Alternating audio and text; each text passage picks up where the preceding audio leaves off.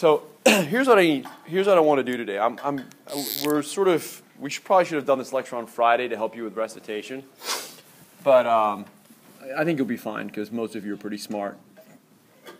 So today we're going to talk very briefly about properties of the Fourier series, and they'll basically wind up being the same properties of the Fourier transform. And what I mean by properties is like basically it's like, so suppose you have some signal x of t, and you've gone and you've done your little integral and you figured out what the coefficients a sub n are. Okay? What I want to do is I want to spare you having to do that integral any more than necessary. So if I give you some other x of t that's not quite the same as the first x of t, but they're like similar, I want to see, like, is there some rule that we can figure out where we can just kind of guess what a sub n ought to be? Okay, and that's what we're after today. Okay, so that's what I mean by properties. So let's start with an easy one. Suppose I take x of t and I multiply it by a constant. I guess a is probably the worst constant I could choose. How about we try c, so that we don't get confused? Okay, what if we do a constant c times x of t? Do I need to reintegrate to figure out my new a sub n? No. What do you think is going to happen? Yeah, it's just going to scale by a factor of c. Right? And if you don't believe me, or if you don't believe it yourself, it's easy to show, right? And I'm not going to derive all of these, but I am going to at least demonstrate that they can be shown. So if you take signal x of t times c and take its Fourier series, remember, you integrate over one period e to the minus j 2 pi little n over big T little t dt 1 over t. So there's my Fourier series integral using cx of t. And what happens to the constant? Constant comes outside. And what's left? A sub n. Have a nice day.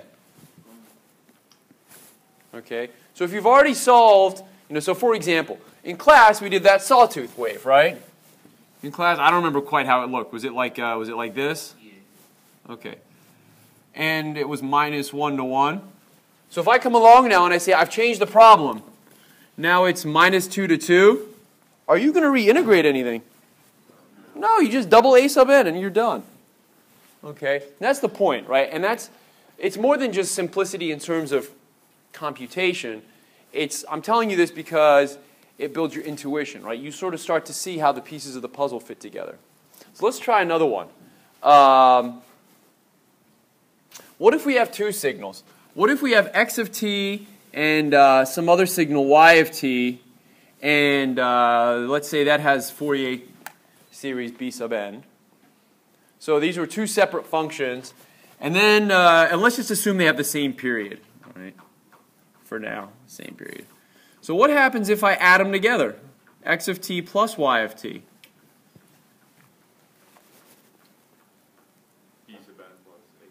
Absolutely, they just add, right? The coefficients I'm going to get are a sub n plus b sub n. And again, I can show that, right? If they have the same period, then my function becomes x of t plus y of t, right? And I separate them, and I get two integrals.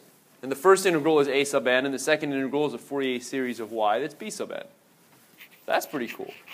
So for example, suppose I came to you and I said,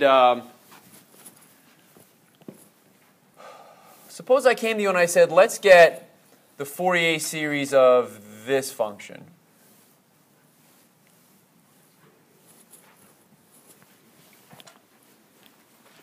It's pretty ugly, right?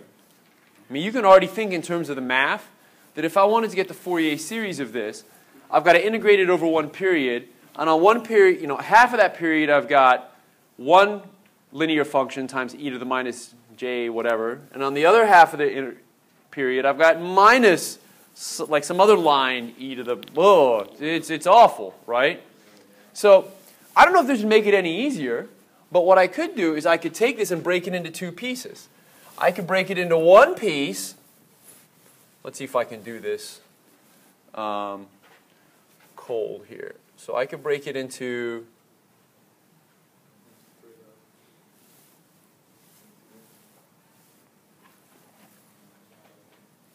again, I don't know if this would actually make it any easier, but mathematically it's true, right? There's one half of the signal.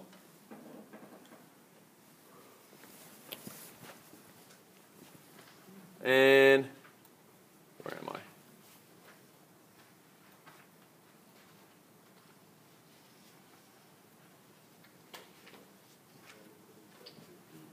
All right, sorry, I can't talk and draw this at the same time. I just don't have those skills. Okay, so this is one function. This is another function. If I were to add those two functions together, I get my sawtooth. This isn't so bad to find the Fourier series of. And this isn't so bad to find the Fourier series of. And I add them together. Can you just do one and multiply times two? No, but they're different. I know so. But this, so here's why you can't just, so they look similar. So you're saying, why can't you just double it? Well, two things are different. The first thing is that this has a negative slope, and this has a positive slope. Okay, that's totally going to affect the integral. The other thing that's different is that this integrates from 0 to t over 2, and this integrates from minus t over 2 to 0. So they're definitely, it's not going to be the same a sub n that you would just double. Although that's a good question, right? You need to ask questions like that to figure out, to build the intuition, to figure out why that doesn't make sense. So again, I don't know that that would necessarily make it a ton easier. All right, here's my favorite.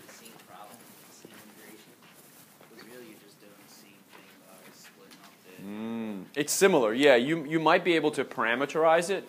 So you might be able to say, like, I don't know. You might be able to write x of t as like mx plus b, or m, slope t plus y-intercept, and solve it just in terms of that. And then when you get to the last step, you sub in different m's and b's, and I don't know. That may wind up being more trouble than it's worth. But there's better shortcuts. Don't worry. We'll get to them.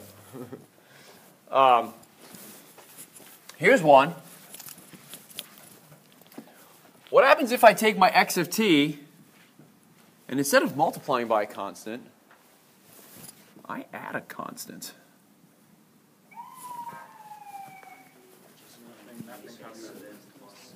A sub n plus c? Because c cancels.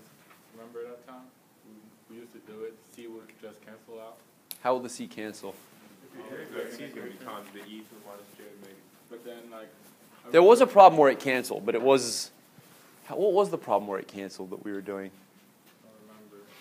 I don't remember either. It's not going to cancel. It won't zero out. It'll be a sub n plus c, a sub n. Oh, actually, you know what? I'm sorry. It's going to cancel out, but not in the way that you're thinking. It's not going to totally go away. It's not going to affect a sub n. It's going to affect a sub 0. A sub who? DC offset. A sub 0. Let's talk about a sub 0. Okay, so here is a topic that's pretty vital that we haven't talked about. So let's kill 10 minutes. It's not hard, but we do need to talk about it. So you got some periodic signal, right? Your signal is periodic with some period t. 1 second, 10 seconds, 3 hours, who cares? Okay? So, what is the frequency of the first harmonic, according to what we've learned so far?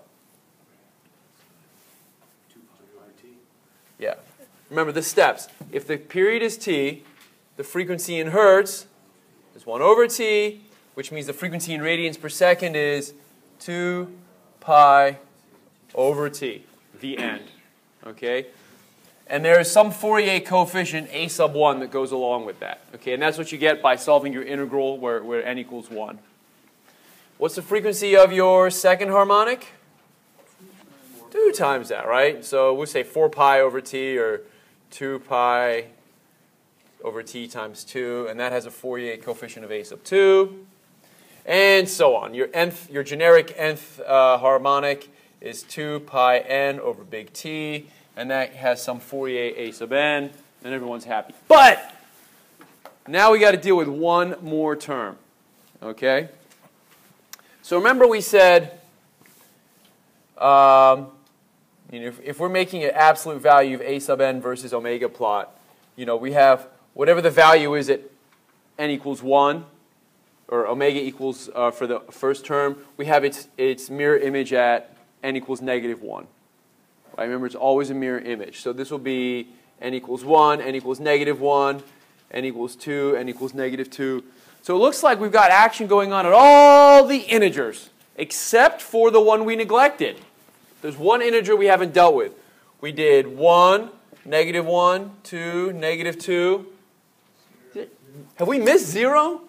Have we forgotten what's going on at 0? We have. And it's a vital piece of the puzzle. So let's go and see what happens when n equals 0. So, in every case, this is the frequency of a cosine, is it not? So, friends, let's talk about what does a cosine look like? 2 pi over t times 0. That's my frequency now. So we're going to study the zeroth harmonic. So it's just like everything else. That's the frequency, 2 pi n over t, where n equals 0.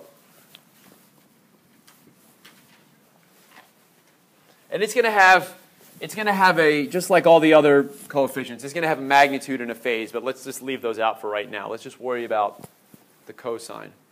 So, if I have a frequency of 0, what does that look like when you have a cosine with a frequency of 0?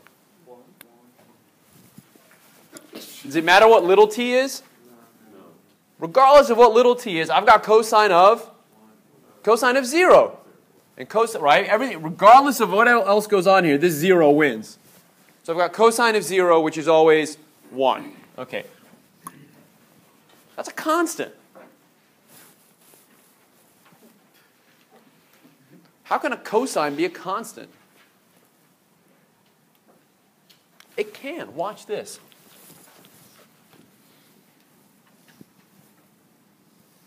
Here's a cosine of some frequency. Shall I make the frequency smaller? If I make the frequency smaller, what happens to the period? Stretches. Okay. So now I'm going to make my frequency smaller. Shall I make my frequency smaller?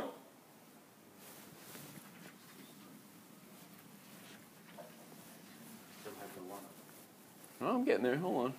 Now, what happens if I make my frequency 0? See how each time I make my frequency smaller, I'm stretching it and stretching it and stretching it? What if I make my frequency so small that it gets all the way to 0? Does it ever dip down? That's it. The cosine with frequency 0 is a constant.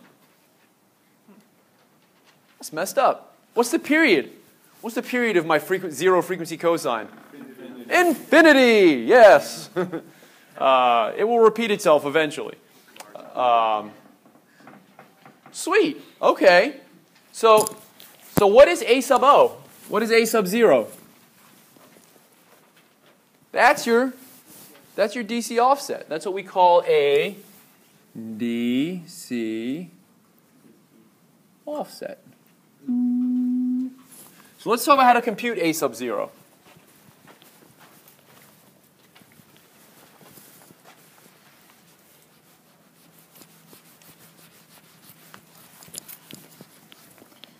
So this is all in the context of a periodic signal. So we know our generic formula says that a sub n equals the integral, 1 over t, integral of 1 period, x of t, e to the minus j 2 pi n over big T, little t, dt. If you teach this for enough years, you can just write that without having to consult your notes.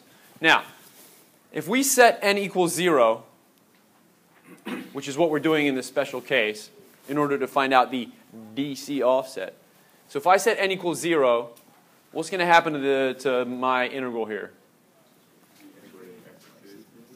Right, so a sub 0, so if I set n equals 0, that whole term, that goes to 1. Right? If n goes to 0, I have e to the 0. E to the 0 is always 1. So now I'm just left with the integral over 1 period of x of t over t. So this is a neat term. This is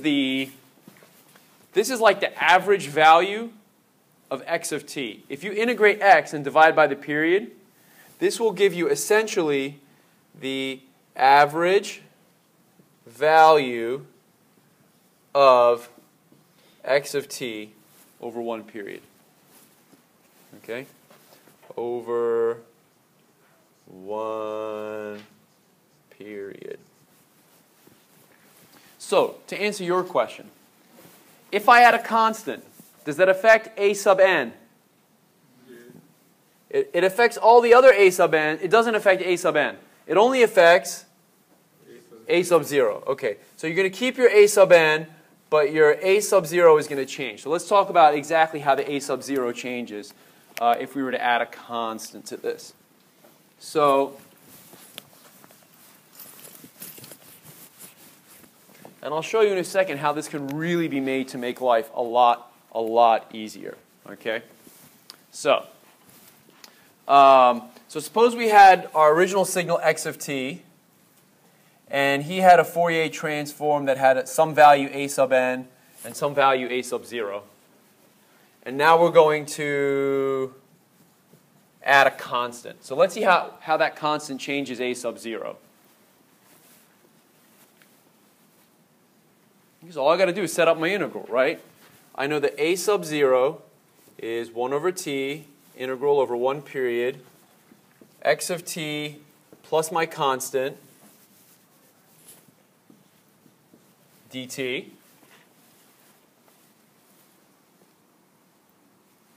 Can I break that into two integrals? Looks that way, right? So that's 1 over t, integral over 1 period, x of t dt, plus what? 1 over t, integral over 1 period of the constant dt.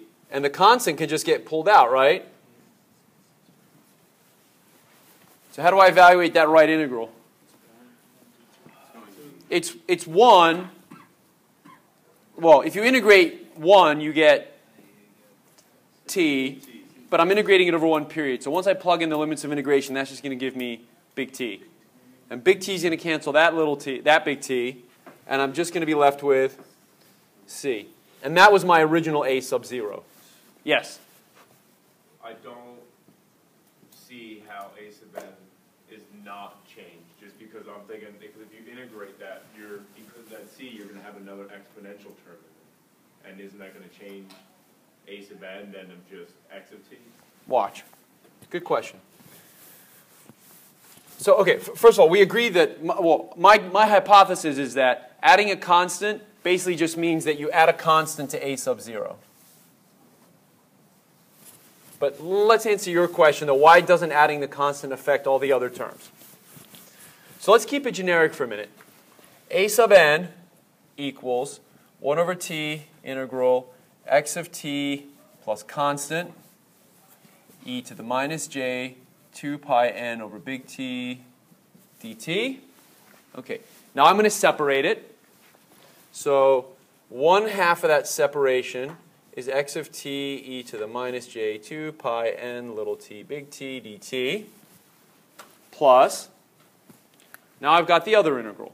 Okay, now I've got the half that comes with the c. So let's see what I'm going to do here.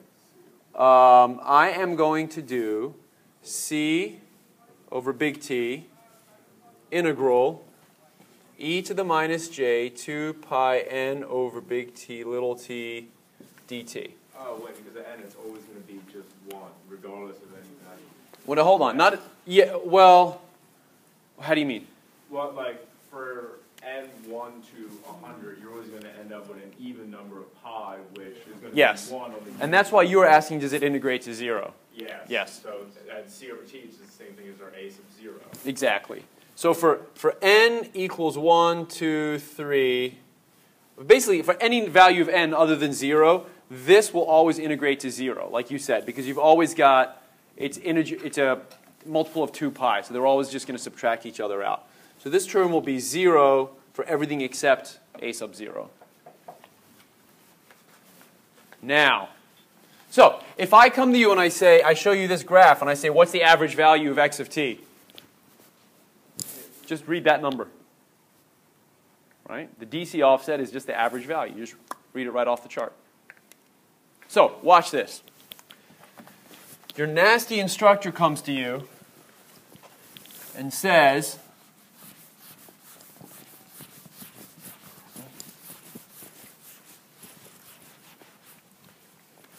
find the Fourier series of this square wave.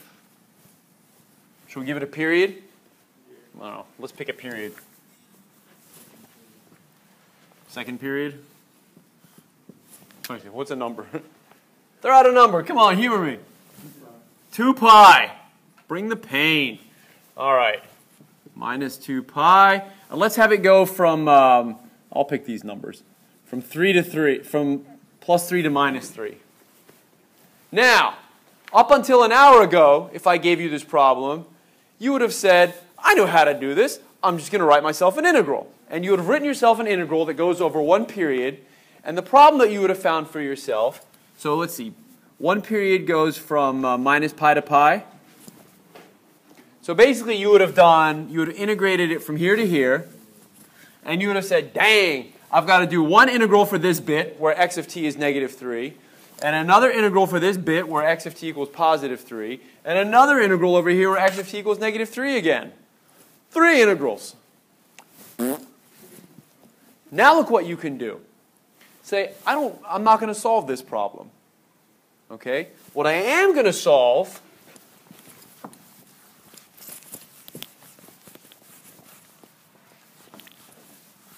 could I make this problem a little easier by adding a DC offset to it?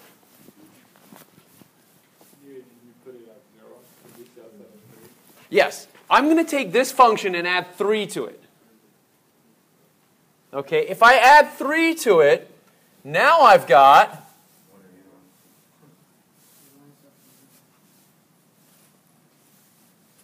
so 0, 2 pi, 6, minus 2 pi, minus pi, pi.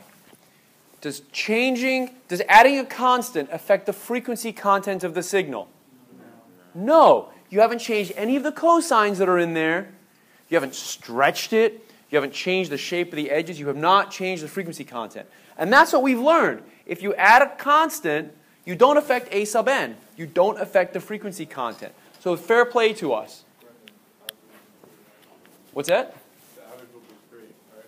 Right now, the average over one period will not be 3. But we'll get to it in a second. Hold on. Well, let's just solve for a sub n first. So now look how easy a sub n is to solve. I still need to integrate it over one period, which is minus pi to pi. But now, the only place where there's non-zero stuff to integrate is where? Starting here and ending here. Okay, so by symmetry, that's what? Minus pi over 2 to pi over 2. So, a sub n equals 1 over my period, integral minus pi over 2 to pi over 2, 6 e to the minus j, 2 pi n over big T, which is 2 pi. Thank you, whoever did that. That's going to make life easy. All right, so the 6 will come out. Then I got to integrate. Oh, look at this. The 2 pi's cancel. What a country. Okay, now I got to integrate e to the minus jn t. So that's going to be 1 over minus jn e to the minus j n t on the limits from minus pi over 2 to pi over 2.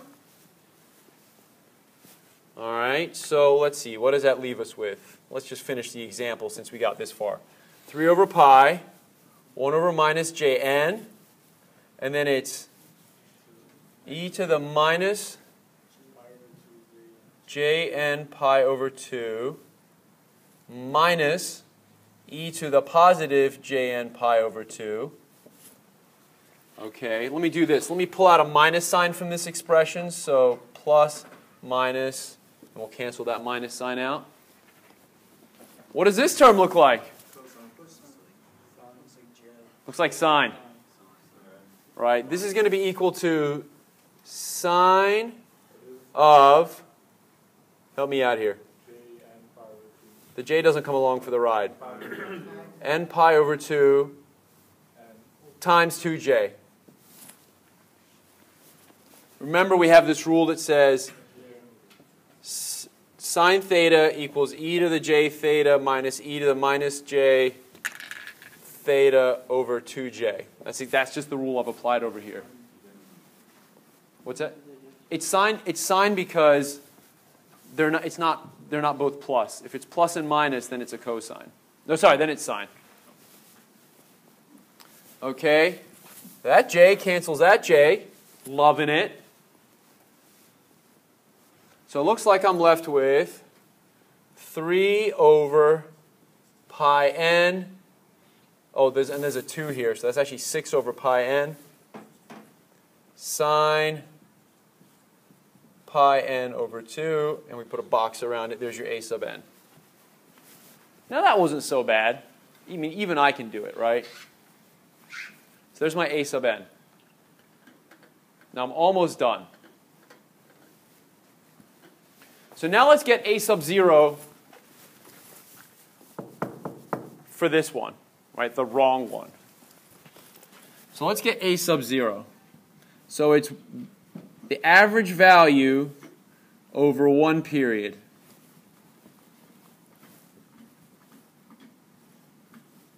Is it not? Now, if you want to solve that integral, go bananas. You can eyeball it. The average value is basically the area under the area under the curve divided by the period, which we can eyeball. Okay. So what is my area under the curve? It's a rectangle, right? Does everybody remember the area of a rectangle? Good. It's the height is 6, the width is pi. Right? It's half of the width is only half of the period of 2 pi. So the width is 6 pi, and I'm going to divide it by the period to get the average value over 2 pi. So my DC offset is 3. And so, final piece of the puzzle. Back to my original question. What is my a sub n for this original question? It's the same a sub n from over there, right? 6 over pi n sine of pi n over 2. And what's my a sub 0 for this problem? 3. No. 3 is my a sub 0 for this problem. I could have figured this out in one of 2 ways. Right. Step 1 is, one way of doing it is, follow the rule that I just came up with. Take my original, take this value of 3, and then say, well, to get back to what I want, I have to take my signal and shift it down by 3 units, which means I need to subtract 3 off of this a sub 0. So 3 minus 3 is 0. The other way I could figure it out is just to look at this plot and say, hey, tell me what's the average value over one period, right? What's the average integral over one period? And it's 0. Why? Because whatever this value is equal and opposite to that value. And whatever this value is equal and opposite to this value. So if I integrate it, I'm going to get 0. So two ways are giving me the same thing. So really, the one we shifted so that we could compute a sub n, we don't need to find a sub 0 because we know... We could have just just gotten it straight from there. But I did it 2 ways so you can see all the connections and stuff. Phenomenal. Okay? So a vertical shift doesn't change the signal. Here's proof positive. We can exploit that to make this problem a lot easier to solve. I like it. I like it a lot. All right?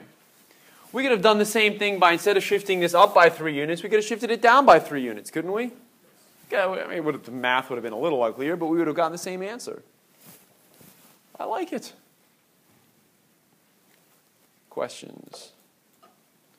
So the take-home message from all this baloney I've done so far is that adding a constant value to your signal does not change the frequency content. Okay. There's one more we're going to do, and then we'll save the really good stuff for after we do Fourier transform on Wednesday. The really good one is when you take the derivative and the integral of x of t. Then it makes life really easy.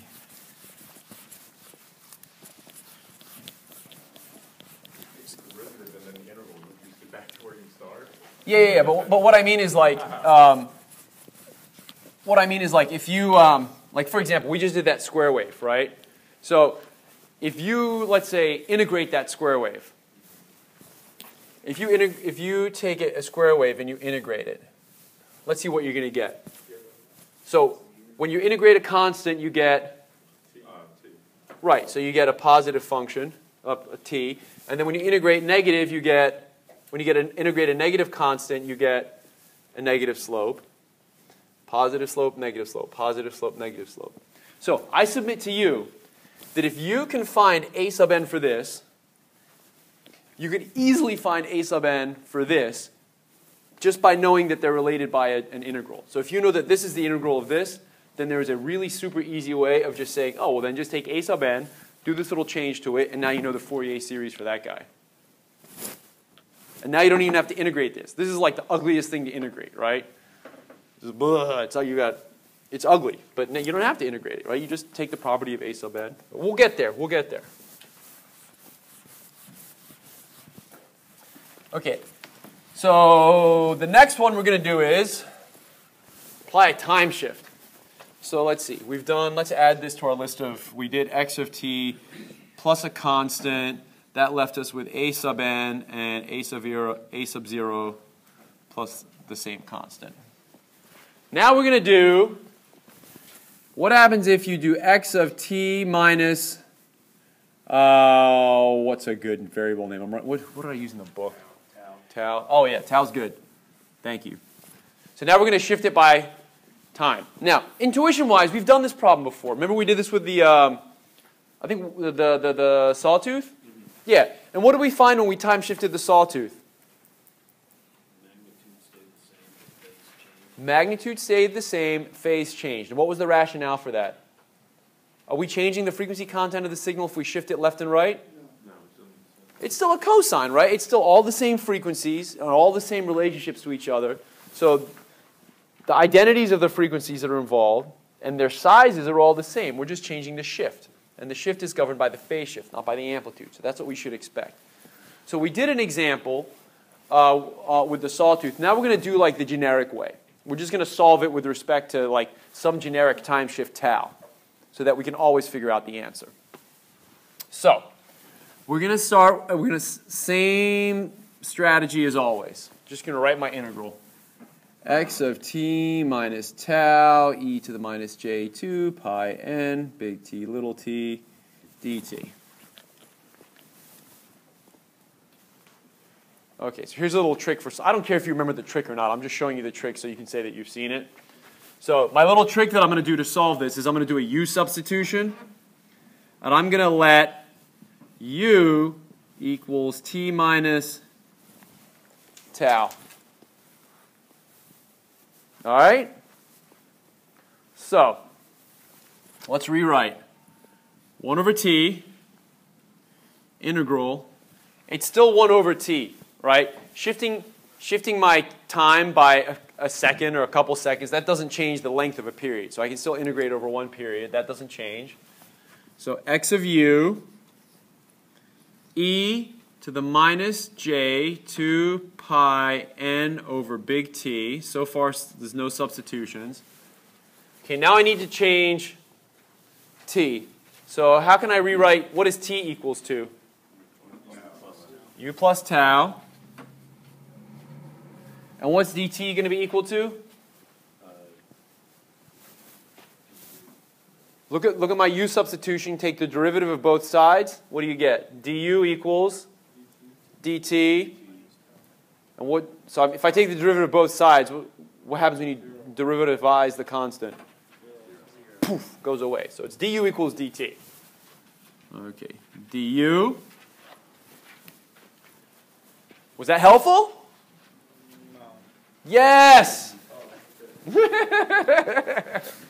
That was helpful. Okay, let's look at this exponential. I'm going to distribute that exponential. I'm basically going to do the trick that says e to the a plus b is the same as e to the a times e to the b. Can I do that? Okay, so, God, I'm tired of writing this. So it's going to be x of u e to the minus j 2 pi n over big T u. Not plus, because this is, it's going to be times, because these are added together.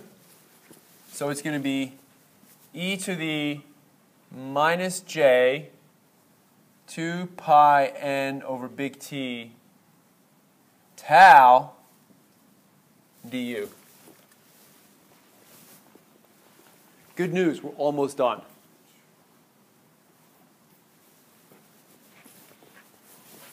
What's cool about this term with respect to u?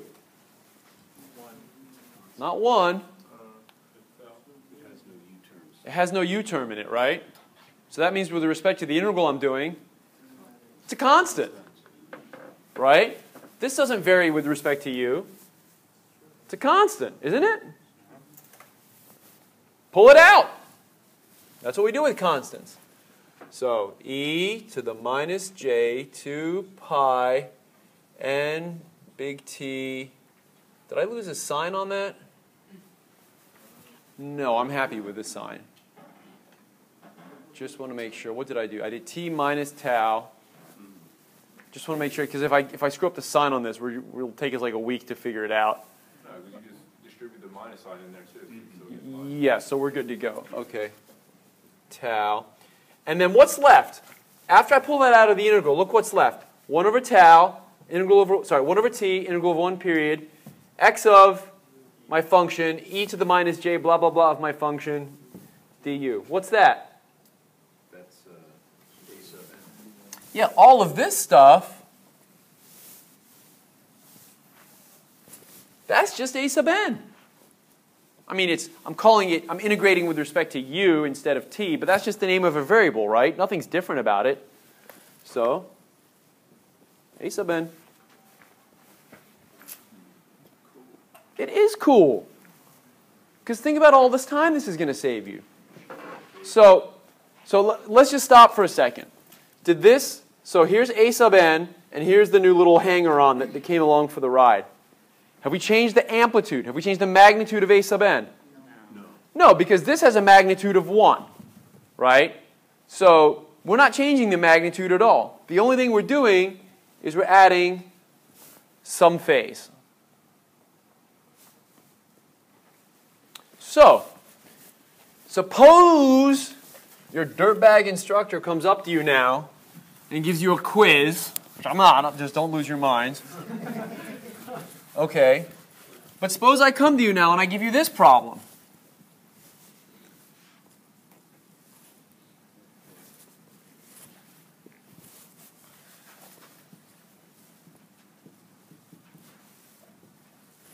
Does that look familiar? Isn't that the same as the problem that we just solved? Except, what have I done now? I shifted it. Great. So let's figure out what's my shift here. So this is, I took my original signal, x of t, and have I shifted it to the right or have I shifted it to the left? So it's a right, so does that, if it's a right shift, is that a plus or a minus? So it's minus what? minus pi over 2. Okay. So according to the rule that we just concocted, if you take x of t and replace it with x of t minus tau, so what's my tau in this case? It's actually, so I think I did it differently in the book. In the book, did I write it as t plus tau? No, you did minus. I did minus? Okay. So whatever. So my time shift, so it's always t minus tau. So in this case, my tau is pi over 2. So what's the Fourier series? Easy. A sub n equals, I've got my original 3 over pi n sine of pi n over 2. Whatever. Details. 6. Okay. Times e to the minus j 2 pi n over 2 pi, because 2 pi is my big T, so that goes in the denominator, times my tau, which is pi over 2. So let's see. The 2 pi's are going to cancel, and I'm going to be left with e to the minus j pi n over 2. E to the minus j pi n over 2. Don't you have to carry the sign with it? Or no? Because if, let's say we're a plus pi over 2, you want to shift the other way. So don't you have to carry that minus sign with it? I'm just doing exactly what the rule says. Right? I'm not, I can't deviate from the steps of the rules. Right? The rule said solve for tau and then do this. And that's what I did. I solved for tau and I used that as is. Now, I do want to point out one more interesting thing for intuition building purposes. A moment ago, when we did this problem the first time, my function looked like this. What property does that function have in terms of symmetry? It is even, is it not? And the average is 0. I want to focus on the even symmetry. When we did the Fourier series, we got 6 over pi n sine of whatever, some number. Pi n over 2.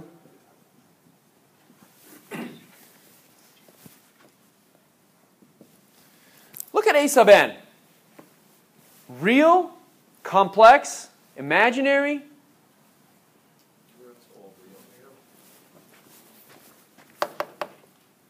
Real. Can you get a j out of this? Not a j to be seen.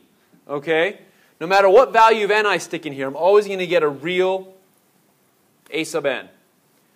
Do you think it's a coincidence that a purely even function has a purely real a sub n?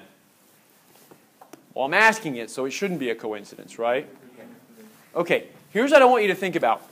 When you get a sub n, remember what do we do with a sub n? We said it's 2 times the magnitude of a sub n cosine 2 pi n over t plus the phase angle of a sub n. You with me? If a sub n is purely real, what's my phase angle going to be? 0. Remember your complex numbers? Real, imaginary. If a sub n is purely real, what's my phase angle going to be? It's either going to be 0 or it's going to be pi. So look at this. What this is telling me is, because this is real, I can rebuild this function using cosines whose phase shifts are either 0 or pi, which means exactly out of phase with that. Okay, nothing else. Oh, I've made a mess of this already. I told you I can't draw, and now you've put me on the spot.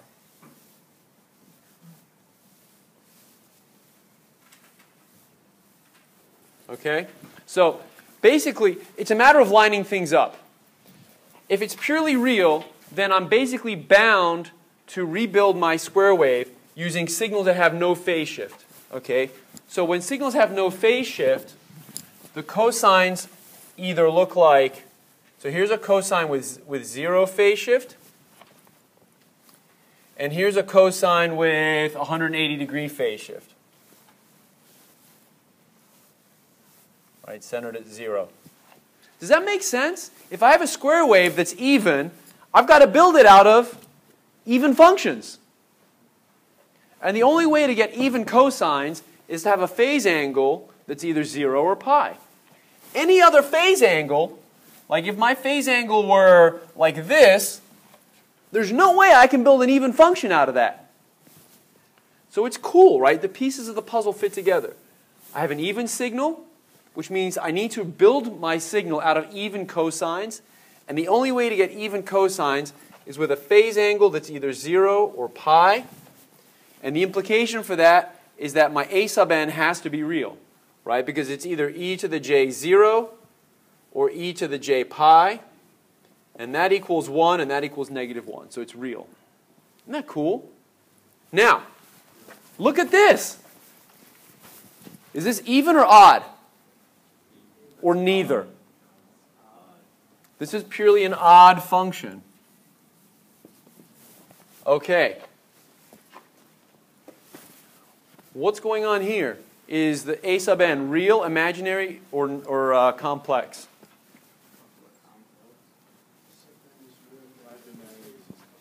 It's purely imaginary. Right? When n equals 1, I'm going to get some number times e to the j pi over 2. E to the negative j pi over 2. That's negative j. Okay, when n equals 2, I get e to the negative j pi, but it's tricky because this term will be 0. Right? If I put in n equals 2 here, it'll be sine of pi, which is 0. Okay, so when n equals 1, I got a complex term. N equals 2, I get 0. N equals 3, I'm going to get e to the negative j 3 pi over 2, which is j, and so on. So this will be purely imaginary. If this is purely imaginary, the phase angle is what? It's either pi over 2 or negative pi over 2. Look at this. If I'm going to take this purely odd signal and rebuild it out of cosines, do you think it's reasonable that I build it out of purely odd cosines? Okay, well, what's an odd cosine look like? Sine wave, right? Well, what's the phase angle going to be on that relative to a cosine? It's either pi over 2 or negative pi over 2.